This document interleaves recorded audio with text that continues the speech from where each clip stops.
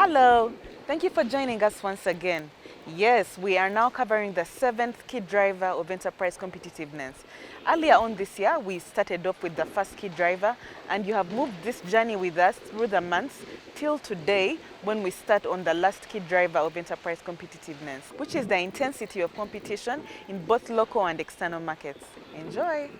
Secondly, the supply side issues affect the attractiveness of the company to inward capital from foreign and local sources, even more broadly affects the country's FDI. Because domestic companies tend to lack the dynamism that comes with technology and better skill, or they cannot afford new technologies, and they cannot hire high-skilled salaried people, it means they do not grow in the sectors that have increasing returns to scale. What's increasing returns to scale? I just want to be basic. It means the less cost of production you incur per unit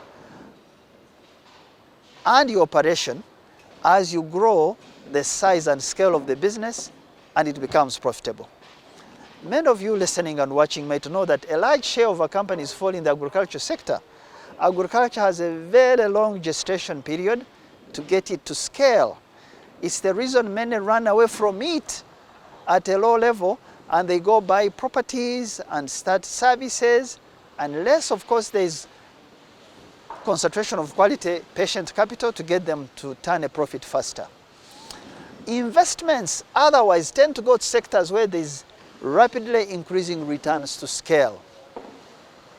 Indigenous farms face a steep curve in competition because they have not had good R&D. They have a high cost of finance. They have a lot of inefficiencies in the production process to contend with. This makes our companies vulnerable to competition on both domestic and international market. The competition, so to say, eats us up for lunch. I know this personally because even when we have orders on the external market that would scale us, we are not able to deal with those orders given the constraints in the pricing of inputs. A lot of these inputs come from external sources.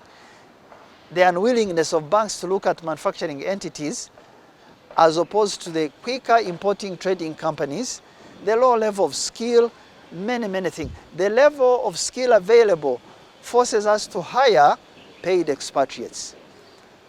This stops us from competing with the international companies on the domestic and international market.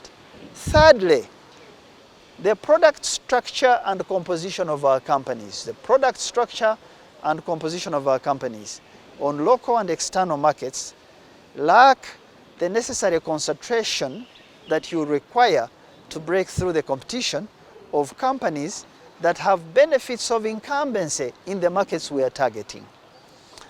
A majority of our companies mainly have concentration in the agriculture sector, where the country, Uganda, has some comparative, not competitive advantage. I want to explain these two so they don't confuse you.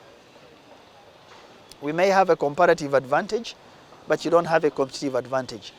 Comparative advantage means the ability of a country or a company to carry out an economic activity more efficiently than another.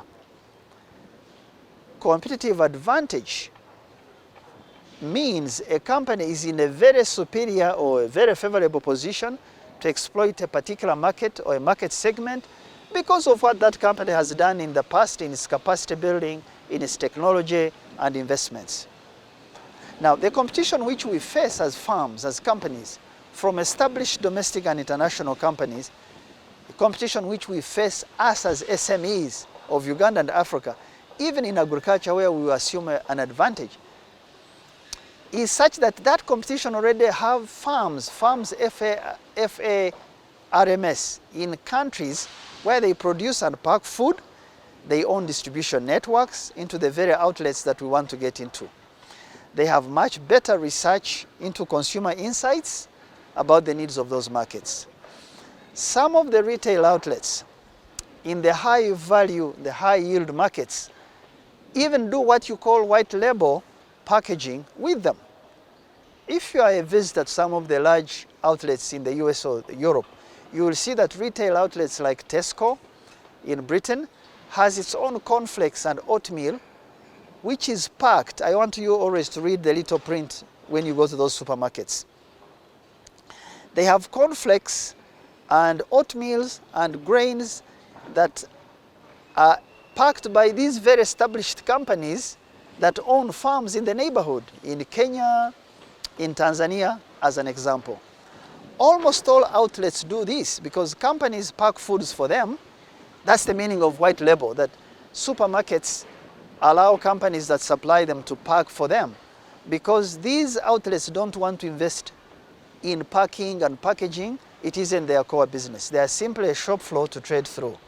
I want you to remember, you SMEs like you and me, that these are the very outlets where we need to get our banana flour, our juices, our pineapples, our coffees, our millet, our teas, our chocolates, our beef, our vegetables, our poultry, our flowers, and many others, where we have product concentration.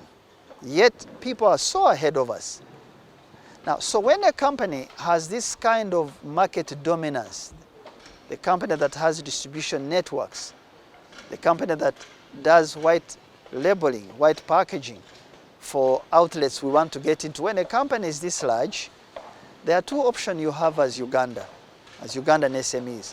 One is to be accommodated by that company, which means you have to clear all your supply side issues in your home country of production so that you qualify to get into these large company distribution chains, the chains that they have taken years to build along with their data.